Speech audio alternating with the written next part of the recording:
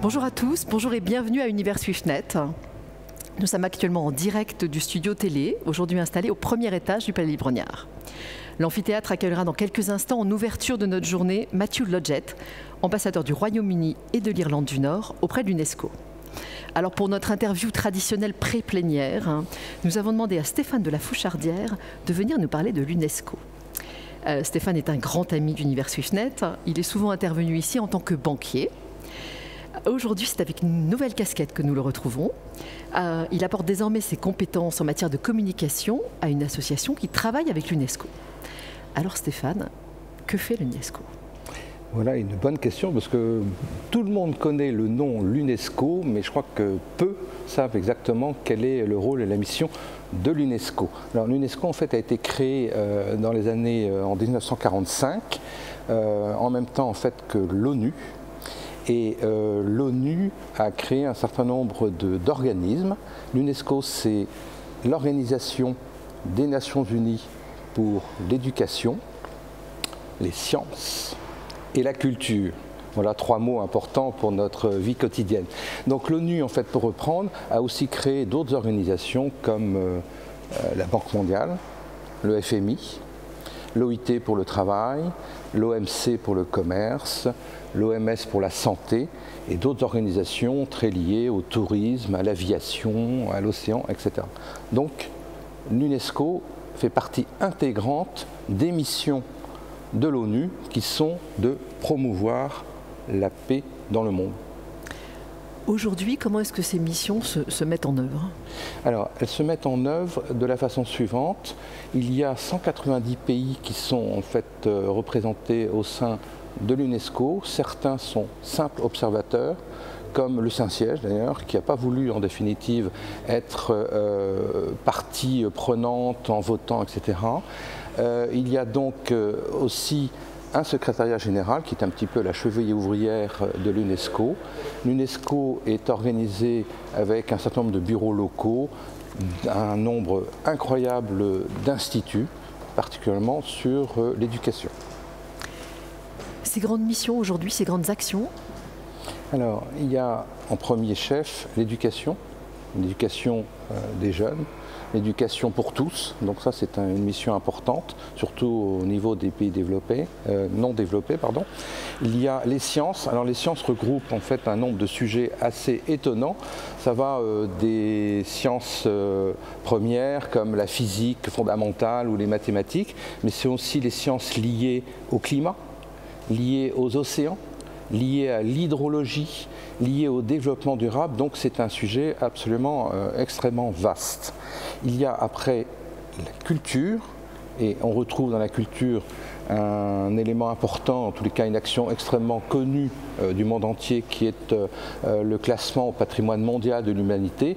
Vous avez évidemment un certain nombre de monuments, tout le monde connaît les monuments un peu dans le monde, particulièrement en France, il y en a d'ailleurs un peu partout. J'ai traversé par exemple les mines, la région minière est en fait au classement patrimoine de l'humanité, mais vous avez aussi les classements de l'immatériel. Et alors ça c'est un truc assez étonnant parce que j'ai regardé un petit peu la liste, il y a plus de 1000 classements immatériels dans le monde du patrimoine mondial et vous en avez en France, vous en avez un d'ailleurs qui est dans notre vie quotidienne, c'est assez étonnant, j'ai regardé ça avec des yeux ébahis, c'est les repas à la française. C'est un classement au patrimoine mondial de l'humanité immatériel, c'est-à-dire la façon dont nous organisons nos déjeuners ou nos dîners avec nos amis ou en famille, avec une séquence de plats. C'est au patrimoine. Nos dimanches en famille sont une contribution au patrimoine, une participation au patrimoine mondial. Exactement, parce qu'en fait c'est très lié à la culture et à la vie quotidienne des gens. Alors il y a un dernier point qui a été rajouté à l'UNESCO, c'est un point important, c'est la communication, qui devient de plus en plus fondamentale et importante dans notre vie politique et sociale. Et donc l'UNESCO est là pour défendre la liberté de la presse. Il y a aussi tous les réseaux sociaux, les nouveaux vecteurs web et Internet. Tout ça sont des actions qui relèvent un peu du soft power. Alors est-ce que ça marche le soft power ? Oui, c'est intéressant, ça c'est une bonne question. Moi je répondrai déjà, c'est qu'on est tous un soft power. Parce que si vous faites des choses qui vont dans le bon sens, si vous aidez, si vous êtes dans votre famille quelqu'un en fait, qui a de l'empathie pour ses enfants, qui aide, même dans le boulot, dans n'importe où, vous êtes en fait une sorte de soft power. Et en fait l'UNESCO, c'est un soft power au niveau mondial. Et à tel point, c'est que ce soft power qui est en définitive derrière tout cela, c'est promouvoir la paix et les droits de l'homme. Il faut toujours avoir ça en question. Le soft power de l'UNESCO est beaucoup plus important qu'on ne le pense. La preuve, c'est que certains pays sont extrêmement gênés, comme les États-Unis qui ont quitté l'UNESCO il y a très peu de temps, et d'autres pays qui en fait utilisent l'UNESCO comme les Chinois ou les Russes, qui mettent énormément d'argent parce qu'ils se sont aperçus qu'en fait l'influence de l'UNESCO était beaucoup plus importante qu'on ne le pense. Alors avant de redonner le micro à l'Amphi, je me tourne vers le banquier que tu étais. Est-ce que tu as peur du Brexit, hein? Alors j'avais envie de parler de l'Apocalypse de Saint-Jean, mais je crois qu'on va pas en parler. Mais je retiens deux choses extrêmement positives pour ce Brexit. La première, c'est qu'au niveau européen, il y a une solidarité des pays, et les pays en fait ont décidé, les pays de l'Europe, et l'Europe a décidé d'agir de façon intelligente et solidaire. Ça c'est la première chose, et je pense qu'on espère continuer sur cette lancée-là. La deuxième chose, c'est imagination. J'ai retenu ce mot parce que en fait, le Brexit, ça oblige tout le monde, l'Europe, mais aussi les business, le cash management, les banques ou le commerce, à imaginer pour travailler dans une optique d'un nouvel espace entre la Grande-Bretagne et la France et l'Europe et le monde. On ne peut pas en tous les cas dire le Brexit c'est une coupure totale, merci la Grande-Bretagne. Non, en fait il va falloir imaginer. Voilà. Donc imaginer et solidaire. Finalement c'est très positif. Ça peut être positif. Exactement. Mais moi je suis peut-être quelqu'un de positif mais voilà, et optimiste, mais je pense que ça le sera. Merci beaucoup Stéphane. Et je cède le micro à l'Amphi pour la suite de la discussion sur le Brexit. Merci Cécile.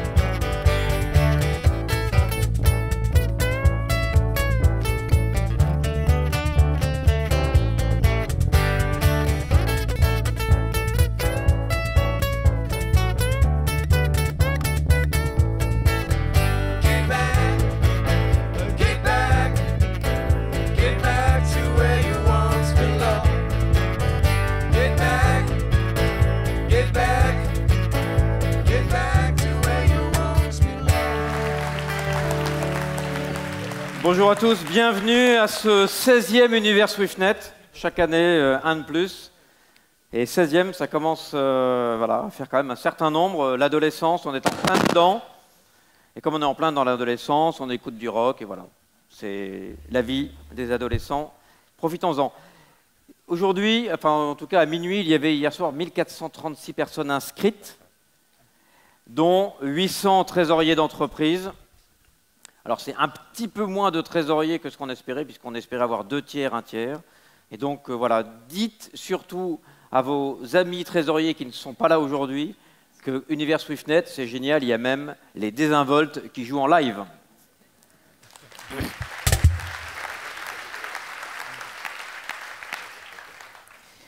Merci tout d'abord à tous les partenaires d'Univers SwiftNet, ils sont de plus en plus nombreux. Donc nous avons ce que nous appelons notre band, donc les 7 partenaires principaux, Deutsche Bank, HSBC, Société Générale, BNP Paribas, ING, Swift et Utsit. Et puis toute une multitude d'autres partenaires, vos éditeurs de logiciels préférés, les cabinets de conseil qui vous accompagnent, les fintech et 3 partenaires médias dont vous avez pu trouver les journaux sur vos sièges en arrivant. Revue Banque qui fait avec nous depuis maintenant 3 ans le magazine de la journée. Et puis donc la lettre du trésorier dont votre serviteur est au comité de rédaction et donc aime particulièrement la Pravda du trésorier. Et puis donc Option Finance qui a fait un dossier spécial pour aujourd'hui et donc que vous retrouvez sur vos chaises. Voilà, sans plus attendre, pourquoi aujourd'hui nous sommes réunis alors que nous sommes le jour de la Saint-Joseph, le 19 mars, et non pas le 29 mars, le jour du Brexit. Et pourtant, il y a 2 événements absolument importants qu'il faut avoir en tête. Il y a 50 ans, à peu près jour pour jour, le général de Gaulle quittait la présidence de la République française et cela signait finalement le coup d'envoi de l'entrée de la Grande-Bretagne dans l'Union européenne et les Beatles commençaient leur séparation. Nous avons souhaité joindre ces 2 événements dans notre journée d'aujourd'hui. Voilà. Alors pour nous parler de la Grande-Bretagne d'hier, de demain, pour nous, hier est important, demain est important, aujourd'hui, sans dire que c'est un épiphénomène, c'est une décision importante que les Anglais ont prise, mais il nous semblait important de remettre le Brexit dans un contexte plus large, et pour ça, nous avons trouvé qu'il était absolument extraordinaire de pouvoir faire venir ici, à Univers SwiftNet, l'ambassadeur de la Grande-Bretagne et du Royaume-Uni à l'UNESCO. Et je remercie beaucoup Caroline Eberitel de StandChart qui a favorisé cette rencontre. Merci Caroline. Ladies and gentlemen, please join me to warmly welcome Matthew Lodge, Minister and Ambassador of Great Britain and Northern Ireland to UNESCO.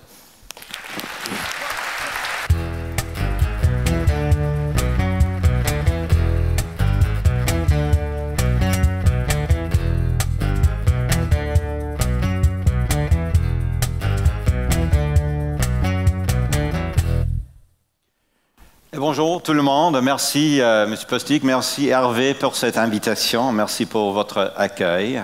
C'est un vrai plaisir pour moi en tant qu'ambassadeur auprès de l'UNESCO, mais en portant ma deuxième casquette en tant que ministre à l'ambassade bilatérale ici à Paris.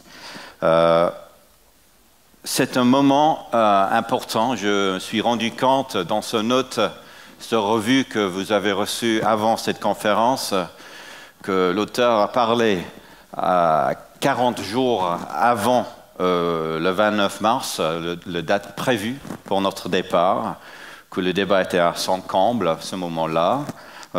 Évidemment, ça reste la situation aujourd'hui. Et en utilisant les paroles des chansons des Beatles un peu plus, j'imagine que nous avons des députés britanniques qui considèrent qu'ils ont passé un hard day's night les derniers jours. Mais pour moi, l'objectif ce matin, c'est de vous rassurer, j'espère, des liens durables, des liens historiques qui existent entre nos 2 pays, et aussi les liens qui vont durer, certainement dans l'avenir. Pas de questions sur cela. Je vais continuer en anglais, si vous me permettez, afin de m'exprimer plus clairement dans un moment où la précision est presque plus importante que jamais.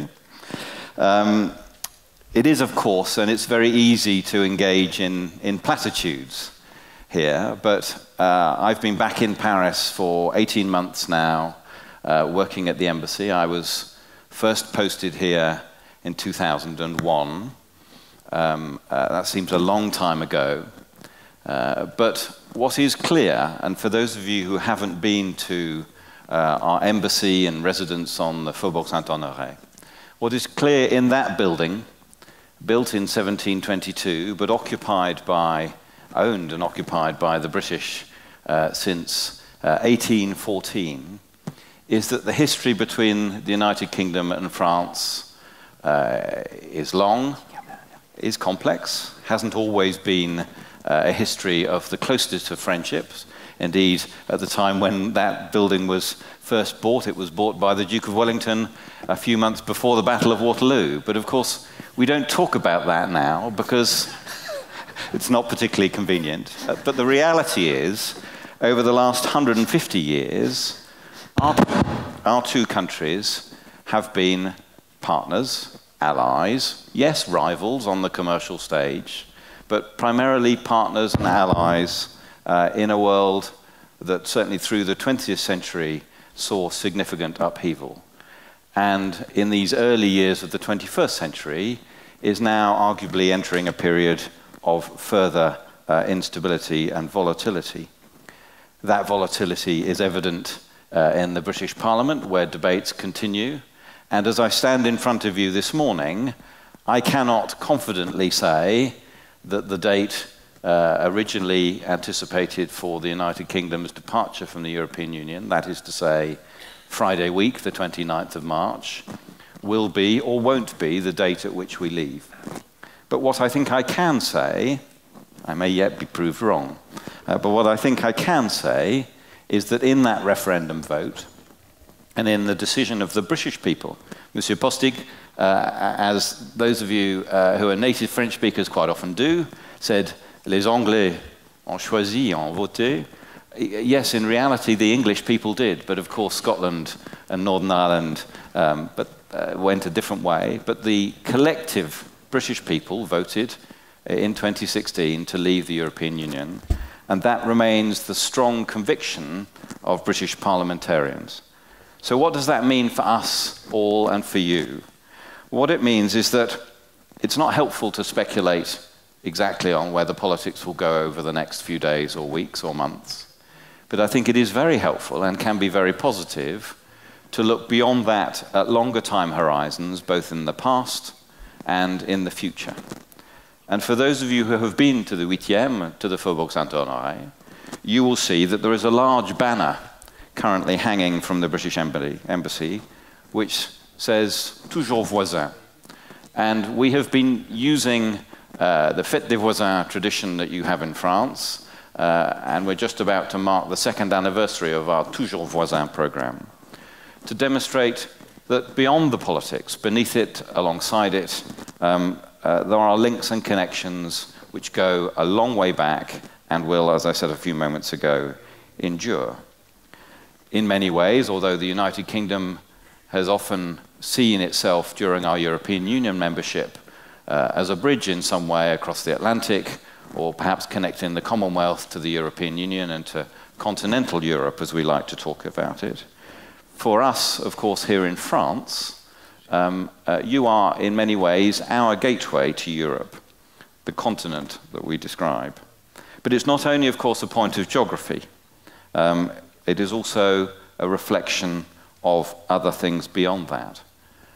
We estimate, according to ANSEE, there are some 150,000 British nationals currently resident in France. We actually think the number is much, much bigger than that, in excess of 200,000. And we had a number of them in the residence last night talking to them about the individual consequences of Brexit. And of course, there are in excess of 150,000, 160,000 French citizens living in the UK. The balance of trade between the United Kingdom and France is almost 80 billion euros, and investment across the Channel supports more than 500,000 jobs in both countries.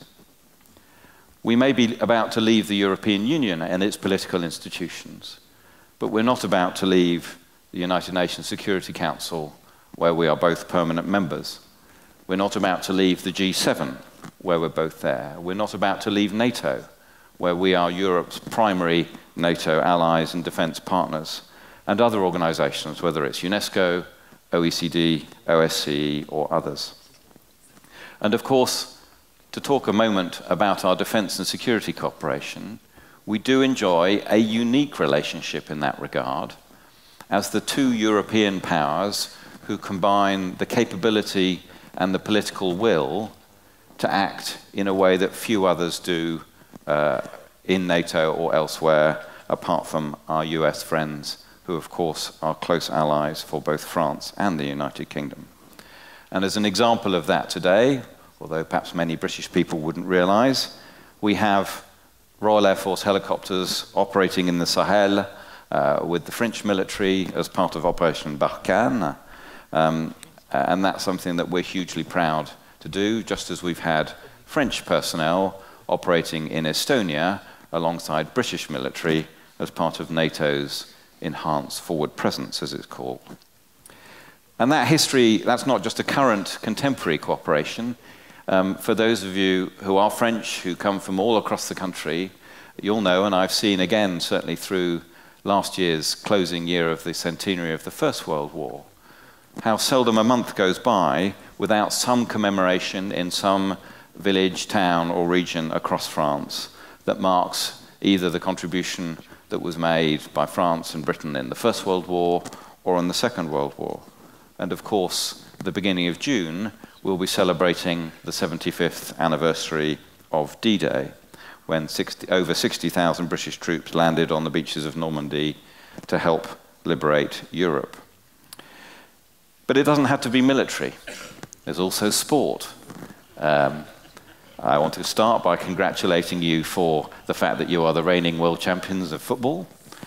I'm not a Manchester United fan, but if there are any PSG fans in the room, I'm sorry about that.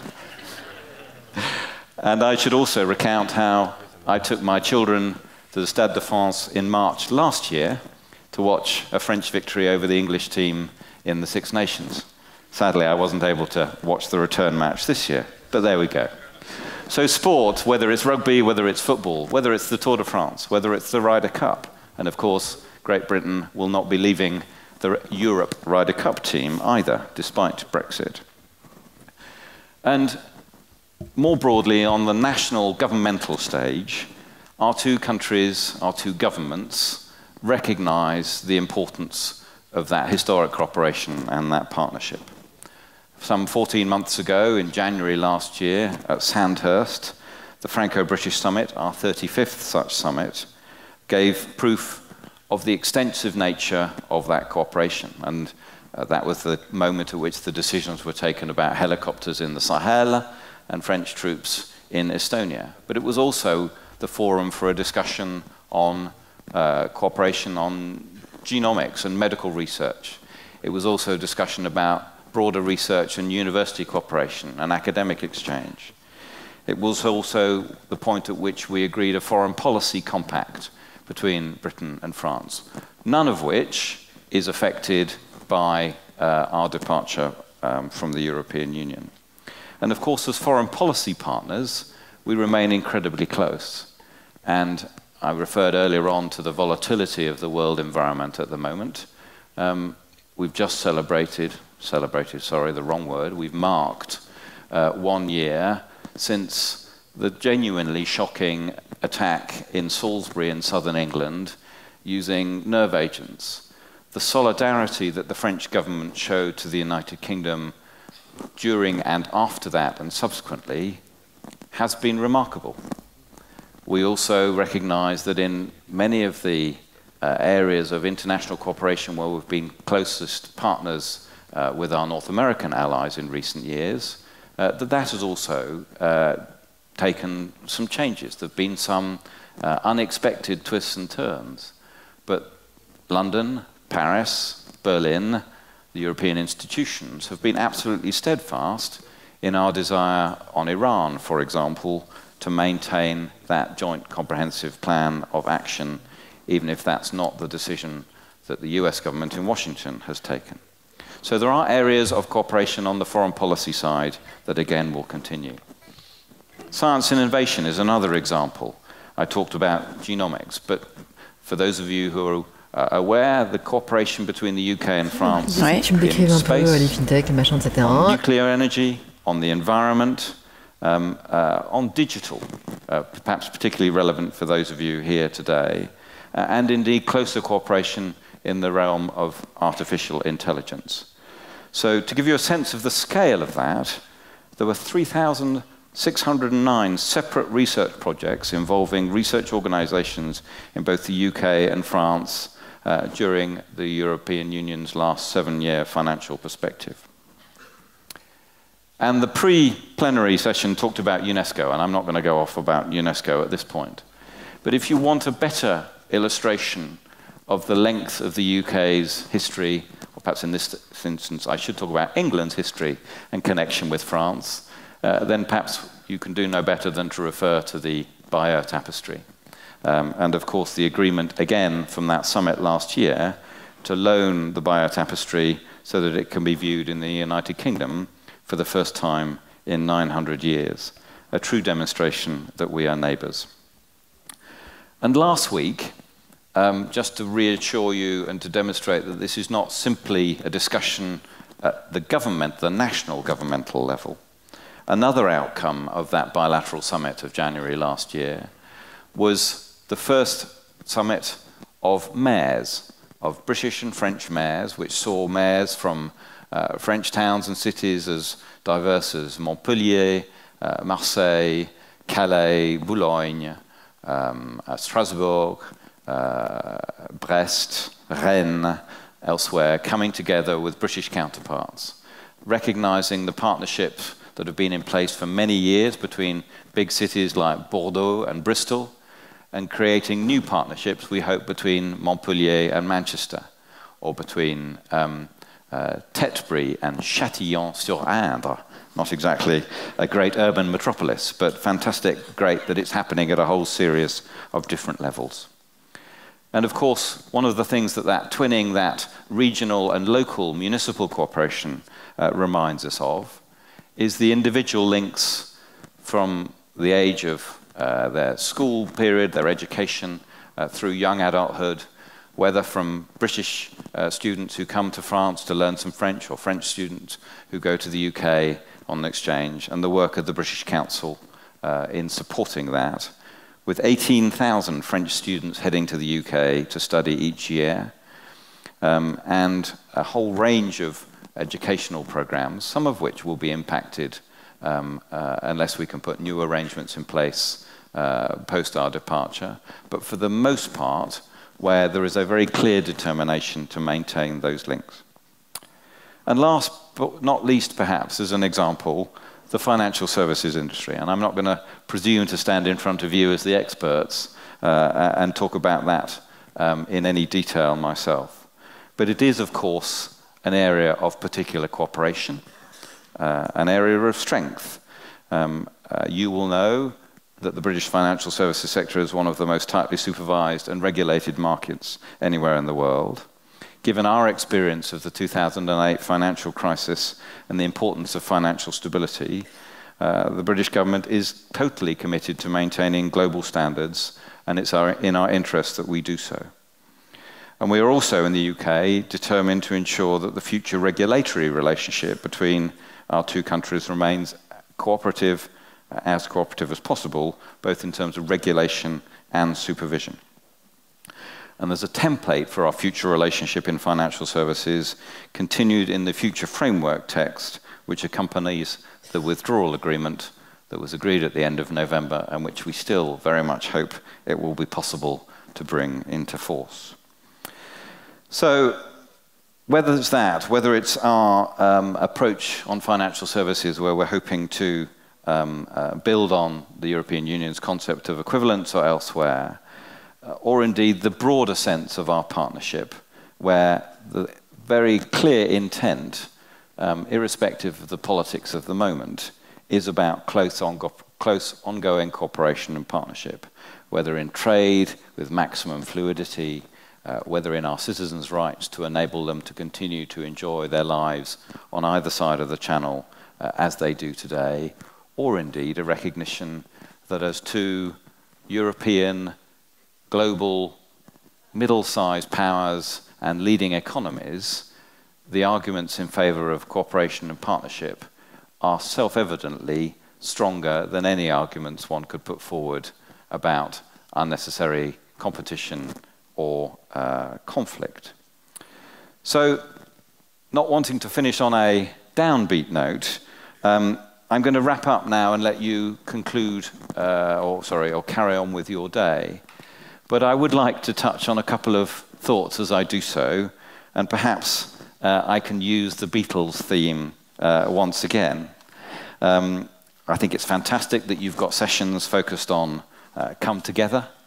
I'd like to reassure you, and I'm glad to see it's not in the programme, that there are a number of British parliamentarians who are determined that we're not going to follow any model that might take us anywhere back to the USSR, not that we were ever there. So that's a good thing as well. And perhaps I finish off with that last phrase from that fantastic song, all you need is love. Well, you may need a little bit more. You may need a free market, a supportive regulatory framework, and investor confidence. But on that note, I'm sure we have plenty of all of those. So have a good day. Thank you for listening, and it's been a pleasure talking to you this morning. Merci.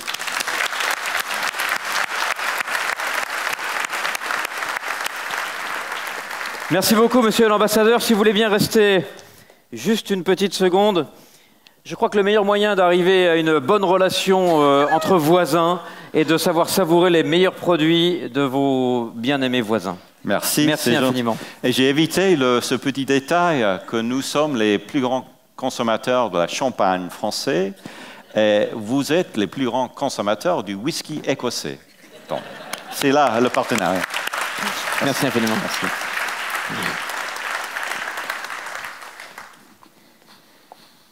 Merci, merci beaucoup, monsieur l'ambassadeur. Et donc maintenant, ce que je vous propose, c'est d'accueillir Philippe Henry. Philippe Henry, que beaucoup d'entre vous ont connu à Paris il y a déjà de nombreuses années.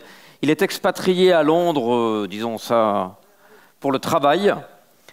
Et non, Philippe, il faut, parce qu'en fait, on a la musique qui joue au moment où tu arrives. Voilà. Et donc, je vous demande d'accueillir Philippe Henry, Global Head of Corporate Financials Multinational at HSBC.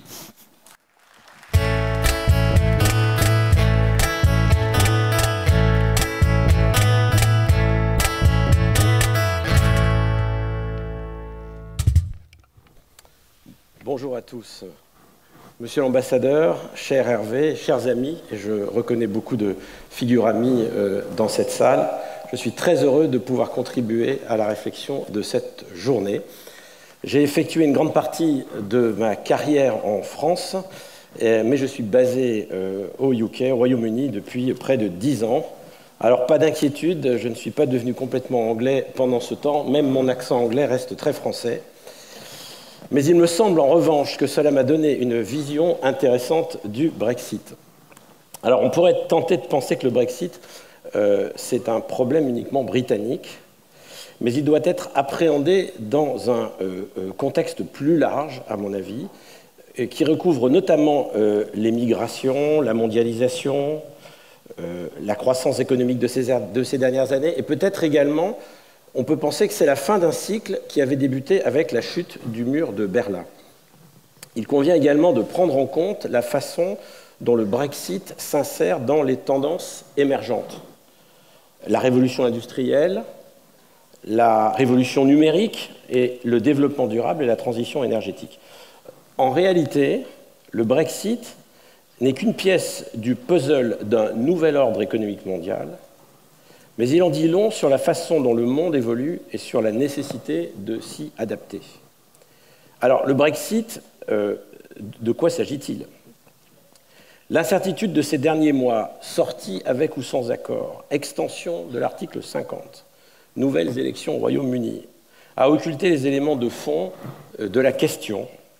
Finalement, le Brexit raconte l'histoire d'un royaume qui a décidé de quitter une zone de libre-échange régionale afin de conquérir le monde. Cette ambition peut paraître risquée, mais en réalité, le Royaume-Uni possède de nombreux atouts pour y parvenir. Le Royaume-Uni, c'est la 5e plus grande économie du monde, une main-d'œuvre importante et bien formée, un exportateur majeur de biens et services, une puissance militaire de premier rang, comme monsieur l'ambassadeur vous l'indiquait. C'est également l'un des 5 membres du Conseil de sécurité des Nations Unies. N'oublions pas non plus que Londres est de loin le plus grand centre financier d'Europe et le 2e du monde. Mais au-delà de la capacité du Royaume-Uni à surmonter les conséquences du Brexit que représente cet événement en termes de risque pour les marchés financiers, c'est la grande question. Chez HSBC, nous avons développé un outil de mesure du risque utilisé notamment pour les grands événements politiques. Par exemple, cet indicateur, mesuré à partir de la volatilité sur les marchés financiers, nous montre que le deuxième tour de l'élection présidentielle française a été mesuré à un niveau de risque associé 30 fois supérieur à un jour de trading ordinaire. Voyons ce qu'il en est du premier référendum Brexit en 2016. Quid maintenant de l'élection présidentielle américaine? Et enfin, le référendum sur l'indépendance de l'Écosse en 2014. Pour anticiper le poids du Brexit dès le 29 mars, nous nous sommes appuyés sur l'historique des événements liés au Brexit depuis 2016. Et voici le résultat. Il est donc intéressant de noter que les marchés financiers ne semblent pas trop s'inquiéter des résultats de l'issue du Brexit, ou alors le marché a anticipé depuis longtemps que l'hypothèse d'un hard Brexit était la moins probable. Peut-être également que l'UE, c'est comme l'hôtel California. You can check out, but you can never leave. Néanmoins, l'impact du Brexit sur les banques britanniques comme HSBC est loin d'être neutre. Enfin, quand je parle de banque britannique, je suis presque tenté d'en exclure HSBC, tant notre banque, au fond, est européenne. Au cours de son histoire, notre banque s'est efforcée d'être la passerelle reliant ses clients aux opportunités économiques et financières.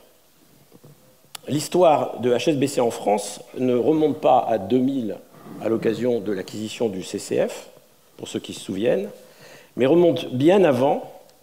La première succursale de notre banque en France a ouvert ses portes en 1881, non pas à Paris, mais à Lyon, qui était alors la première place mondiale pour l'importation de soie chinoise. Nos succursales de Lyon et de Saïgon, désormais Ho Chi Minh Ville, étaient toutes deux idéalement positionnées pour soutenir le commerce de la soie entre le Vietnam et la France. C'est un bel exemple de ce qui pourrait arriver demain dans beaucoup d'autres domaines que la soie. Depuis, HSBC a creusé son sillon en Europe jusqu'à se hisser au premier rang des banques européennes en termes de capitalisation boursière. Nous sommes une des rares banques universelles à disposer d'un réseau véritablement mondial. Nous pouvons mettre en relation des clients dans le monde entier et notre offre de financement est extrêmement solide. Mais revenons à l'impact du Brexit sur les banques britanniques ou non européennes qui s'appuient sur le passporting européen de leurs entités britanniques pour accéder aux clients du continent. La perte potentielle de ce passeport oblige ces banques à s'en remettre à leurs filiales européennes pour traiter avec leurs clients européens. Prenons un cas que je connais bien. HSBC a transformé sa filiale française en hub européen. Pour cela, nous avons transféré les succursales et filiales européennes d'HSBC Londres à HSBC France et renforcé nos capacités en matière d'offres de produits et de services. Et j'en profite pour remercier nos camarades de la banque en France qui ont travaillé très dur au cours des 12 derniers mois à organiser ce hub européen. La majorité des activités que nous transférons sont les activités de marché, mais également, dans une moindre mesure, celles de crédit, de trade finance et de gestion des liquidités, en particulier la liquidité en euros. Ces transferts se traduisent par un peu plus de documentation et d'administration sur les clients impactés, ces fameux KYC dont nous parlerons probablement beaucoup durant cette journée, mais ils nous permettent de leur proposer un plan de secours dans tous les scénarios Brexit dans lesquels nous n'aurions plus accès au passporting européen ou à une autre forme d'équivalence réglementaire.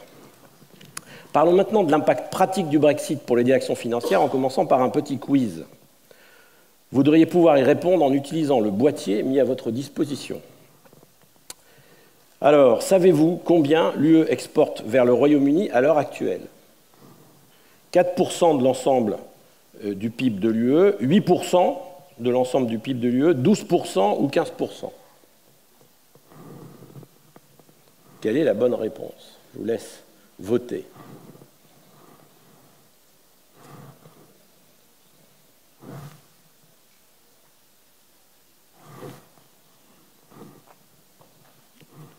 Alors, la bonne réponse est... Alors, 7% ont voté pour 4%, 45% pour 8%, 32% pour 12% et 16% pour 15%. Eh bien, écoutez, je vais vous étonner, les exportations vers le Royaume-Uni représentent près de 4% du PIB total de l'UE. Bien que ce chiffre puisse paraître relativement faible, les flux commerciaux entre le Royaume-Uni et les autres pays de l'UE sont en fait très importants. Tandis que l'Europe est à la lutte pour gagner quelques dixièmes de points de croissance, ce sont là des chiffres significatifs à prendre en compte. Certains pays seront plus affectés que d'autres. Le chiffre se situe à 12% par exemple pour Malte et à 8% pour la Belgique. Pour l'Allemagne, le chiffre d'ensemble est 4%, le secteur automobile en représentant à lui seul une grande moitié. Pour la France et l'Italie, les exportations vers le Royaume-Uni représentent 2% du PIB. Attardons-nous quelques minutes sur les échanges entre la France et le Royaume-Uni. Au fil des ans, les deux nations ont tissé des liens commerciaux étroits. En 2017, selon la Direction générale du Trésor, l'Albion était le 6e client de la France, avec 6,7% de ses exportations, et son 7e fournisseur, un peu plus de 5% de ses importations. Et de son côté, l'Hexagone était le 5e fournisseur du Royaume-Uni et son 3e client. Le marché outre-Manche était en 2015 le 2e pays d'implantation des entreprises françaises à l'étranger, et nous en savons quelque chose car nous contribuons beaucoup à aider les filiales britanniques de nos grandes entreprises françaises. Pour les directeurs financiers qui doivent gérer ces flux, les conséquences du Brexit sont nombreuses.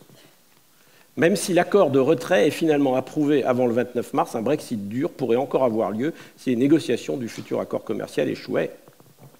On a coutume de répartir les conséquences du Brexit en 3 grandes catégories: la chaîne d'approvisionnement et le fonds de roulement, les barrières commerciales et la gestion des risques. La récente grève du zèle des douanes françaises est un bon exemple de perturbation des chaînes d'approvisionnement. Je vais probablement devoir attendre 3 heures à la gare du Nord cet après-midi pour rentrer en Angleterre. Les douanes françaises ont décidé d'appliquer le même niveau de contrôle qu'en cas de hard Brexit au port de Calais.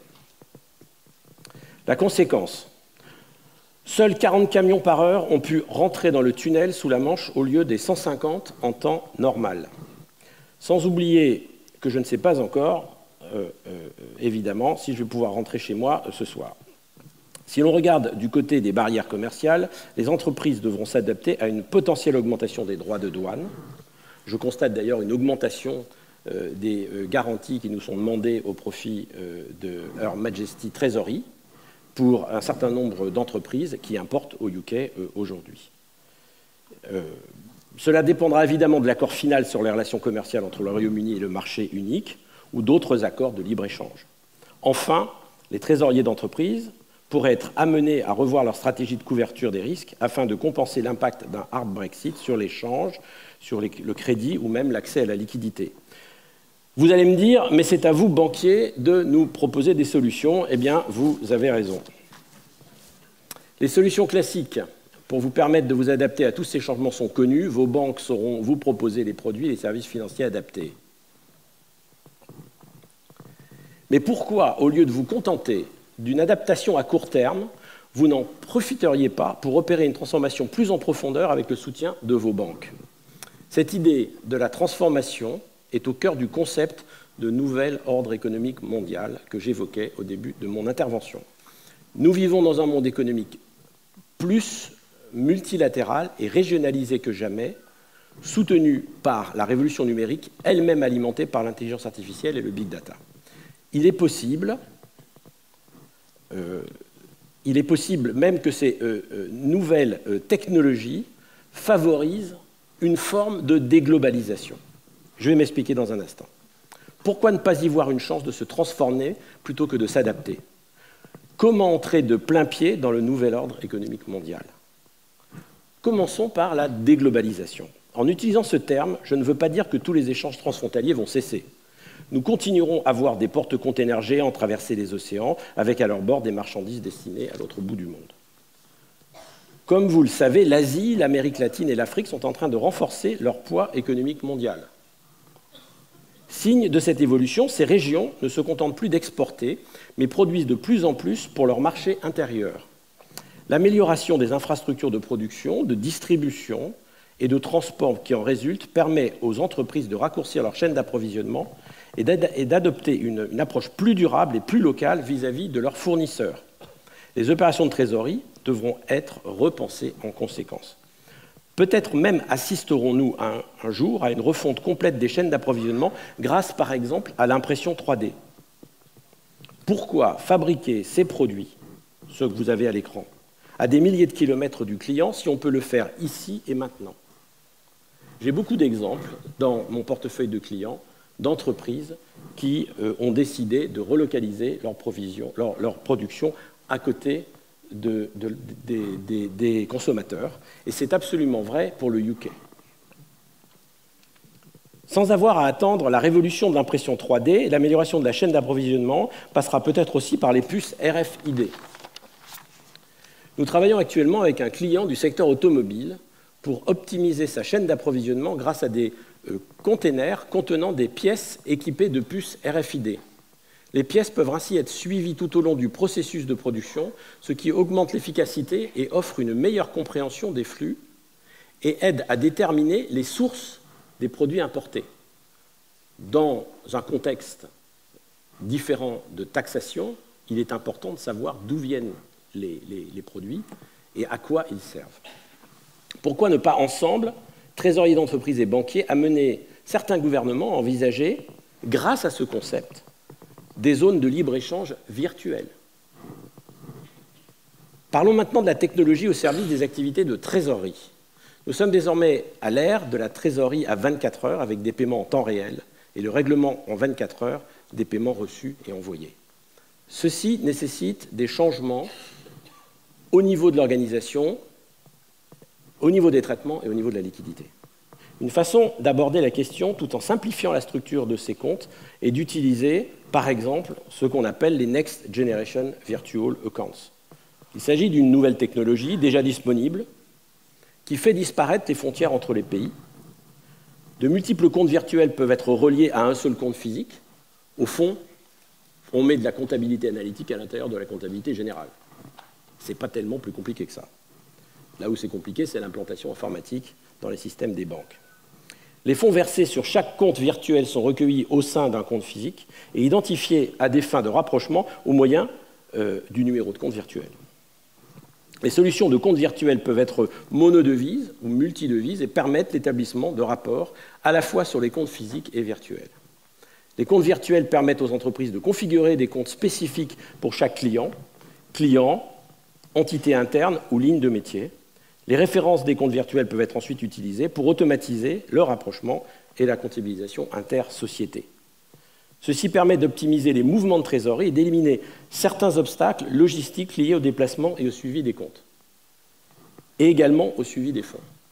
C'est assez intéressant de voir que lorsque nous avons travaillé avec des entreprises en préparation du Brexit, nous avons vu qu'au fond, les briques de comptes virtuels étaient un élément qui accompagnerait la réorganisation des flux de ces clients dans le cadre d'un environnement post-Brexit. Donc les deux éléments ont été liés. Ces entreprises ont choisi d'utiliser ces technologies dans un cadre de disruption lié, par exemple, à une situation comme le Brexit. Nous n'en sommes qu'au début, mais un tel système est déjà en cours d'implantation au Royaume-Uni pour un certain nombre de nos grands clients américains, par exemple, du secteur de la communication. Il sera utilisé par ce client du secteur de la communication pour centraliser les recettes au nom de ses filiales au Royaume-Uni, ceci afin de soutenir le déploiement des robots, Receivable on behalf of. Le programme démarre avec quelques filiales pilotes pour des paiements en livres sterling. Mais il ne s'agit que de la première étape d'un projet plus vaste, car ce client envisage la possibilité de centraliser les recettes pour différents pays.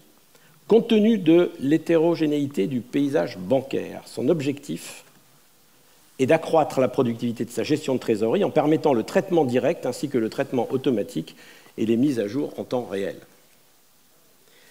Ce client déploie également un projet similaire pour les POBO, couvrant tous les flux de paiement SEPA de toutes ses filiales dans différents pays européens. Et ici encore, HSBC l'accompagne sur ce projet. Le compte virtuel n'est pas le seul domaine dans lequel nous travaillons en partenariat avec nos clients sur des projets à la pointe de la technologie. Alors, je vous donne un autre exemple, le Distributed Ledger Technology, sur lequel se fonde la blockchain et sur laquelle se basent les crypto-devises, suscite évidemment énormément d'intérêt.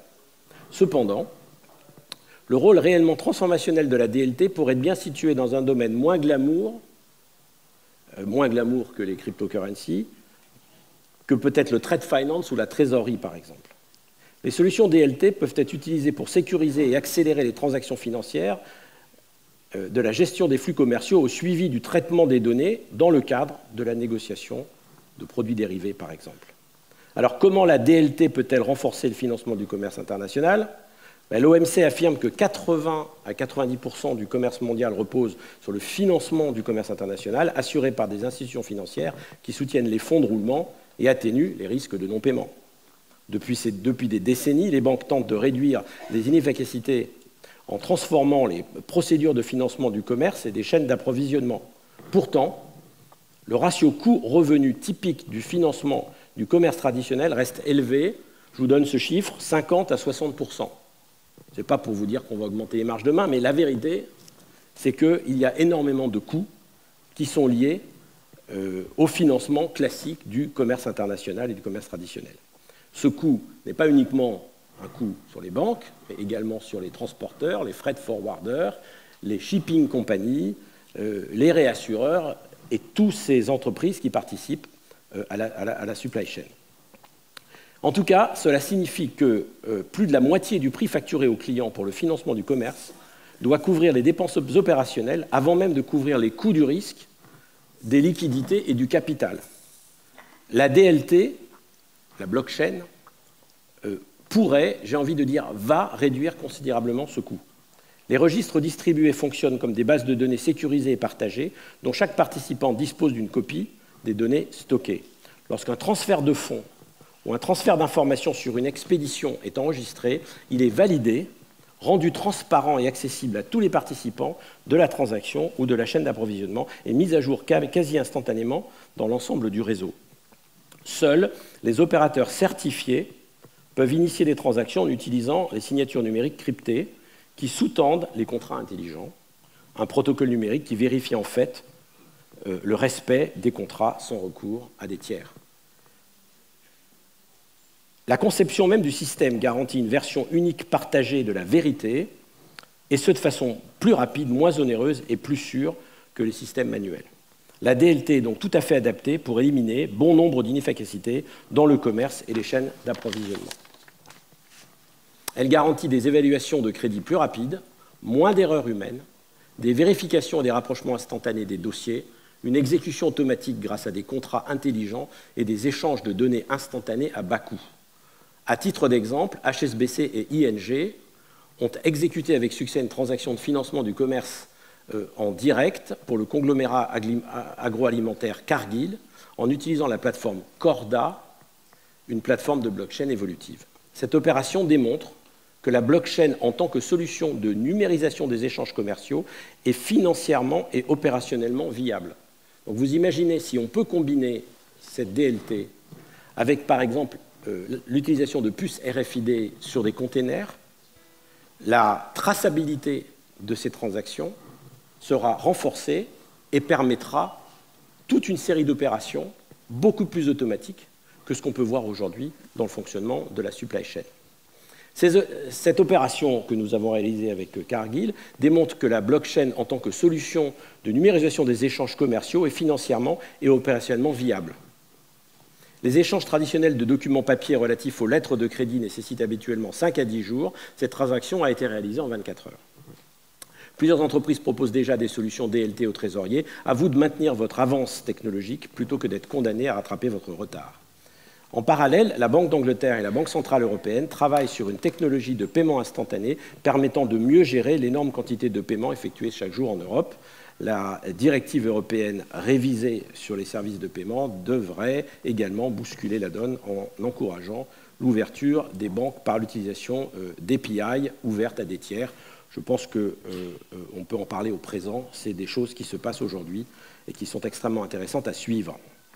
Enfin, je voudrais évoquer le développement durable et son financement.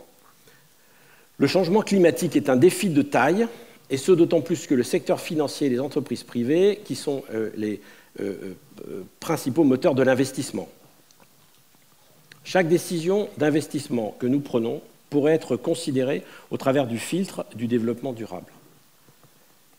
Des sommes d'argent colossales sont nécessaires pour passer à une économie faible en carbone avant qu'il ne soit trop tard. Quand vous regardez ce chart, ici, il est impressionnant, mais au fond, 80% du chiffre de 2018 est réalisé par des green bonds.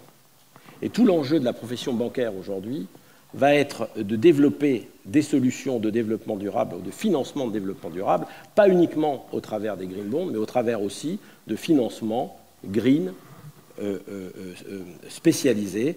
Et c'est un enjeu qui est important pour nous et sur lequel nous travaillons avec l'aide de nos régulateurs. Vous pensez peut-être que je suis un rêveur. J'espère qu'après cette courte présentation, je ne suis pas le seul dans cette salle. Le vent du changement souffle sur les fonctions de trésorerie et les services offerts par les banques. Nous devons collectivement prendre la mesure de ce changement.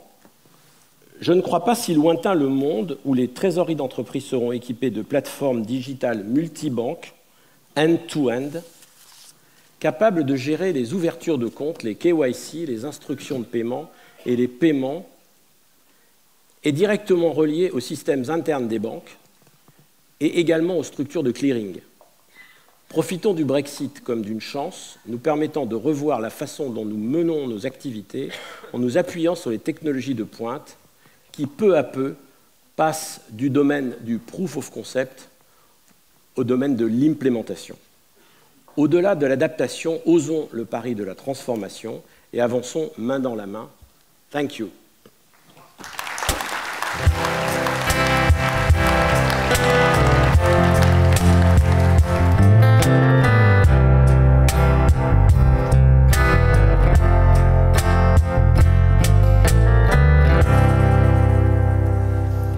Thank you, Dreamer. Merci beaucoup, Philippe. On a pris un peu de retard, ou plus exactement, on a conservé du temps pour écouter des choses intéressantes. Et donc, je voudrais juste vous donner quelques guides, quelques lignes concernant le programme. C'est la même organisation que les années précédentes, donc je ne vous le redis pas. Il vous a été distribué ce matin un petit programme dépliant dans lequel vous avez une carte qui vous permet de vous repérer. Donc surtout, utilisez le programme, vous y trouverez tout. Je voudrais simplement insister sur quelque chose qui est nouveau. La manière dont nous faisons Univers FinTech depuis maintenant 4 ans à Univers SwiftNet évolue chaque année. L'année dernière, nous avions parlé du concept de la place avec Mathieu Roux de GL Events, qui est le concessionnaire donc, du Palais Brongniart. Mathieu, qui est le patron du Palais Brongniart, était venu nous expliquer un peu comment serait la place. Il l'a dit, il l'a fait. Et cette année, nous avons Univers FinTech là-haut à la place. Univers FinTech pourrait peut-être aller voir à quoi ressemble la place. Vous m'entendez, Cécile? Oui, tout à fait. Je suis actuellement avec Maëla Sourivang, la responsable de la place FinTech. Alors, Maëla, pouvez-vous nous expliquer ce que c'est que la place FinTech? Oui, bien sûr. La place, c'est le nouveau hub de l'innovation en finance. Tout simplement, dans cet espace ici, à la Corbeille, au 2e étage du Palais Brongniart, notre objectif, c'est de fédérer l'écosystème de l'innovation en banque, finance et assurance. Donc, on rassemble ici des startups, des FinTech, des InsurTech, mais aussi des banques, des acteurs traditionnels de ces secteurs, des assurances, des institutionnels, des étudiants et des académiques également, tout ça pour que chacun puisse travailler avec les uns et les autres, se rencontrer et on l'espère innover ensemble. Donc on s'organise tout au long de l'année, c'est un lieu qui est permanent, qui est ouvert à tous tout au long de l'année pour qu'ils puissent venir ici, assister à des événements, participer à des événements et travailler ensemble. Alors aujourd'hui justement, qu'est-ce qui va se passer? Alors aujourd'hui on a une programmation chargée à la place. On aura des keynotes, des tables rondes et évidemment des fintech qui viendront pitcher à 2 temps forts dans la journée, 11h30 et 15h30. Vous serez dans cet espace que vous pouvez voir à l'écran, le bar de la place, où se dérouleront ces keynotes, ces tables rondes et bien sûr les fintech vous allez retrouver toute la journée. Alors très concrètement, comment est-ce qu'on peut rejoindre l'espace? Alors on se situe au 2e étage du Palais Brongniart, donc vous pouvez nous rejoindre assez rapidement. On est autour de la Corbeille que vous avez juste ici et que vous allez pouvoir admirer. Merci beaucoup Maëla. Et donc rendez-vous à tous, n'hésitez pas à monter, il y aura toute la journée des pitchs, des conférences, des tables rondes à l'espace La Place FinTech. Merci beaucoup. Alors deux questions que j'ai vues passer sur ConnexMe tout à l'heure. La première question, peut-on passer facilement d'univers SwiftNet à univers FinTech? Bien entendu. Et vous êtes un peu pré-inscrit, vous aviez fait des options. Mais comme vous savez, univers SwiftNet est un endroit où on est assez libre. Et donc, allez où vous voulez. Simplement, retenez une chose, parce que la deuxième question qui m'a été posée est combien de places y a-t-il? Il y a 100 places assises dans univers FinTech, donc on peut peut-être tenir un peu plus en étant debout. Mais voilà, on ne fera pas rentrer les 1438 inscrits là-haut à la place FinTech. Et donc, l'idée est d'éviter qu'on ait ici, on a à peu près 70, peut-être 100 personnes debout, éviter qu'on ait ces personnes debout et qu'elles soient assises là-haut à la place. Voilà pourquoi on a fait ça. Donc, à 10h45, quand vous avez une table ronde à la place et que vous avez une session plénière ici, eh bien, l'idée, c'est d'avoir 100 personnes là-haut à la place et les autres, bien sûr, ici, pour écouter la session plénière. Voilà. Les ateliers sont à 9h30 normalement, donc on démarre avec un peu de retard. On va démarrer les ateliers à 10h45, donc partez vite à vos ateliers. Et puis, on se retrouve ici donc à 10h45 pour la plénière, ou bien à la place à 10h45 pour la table ronde. Voilà, à tout à l'heure.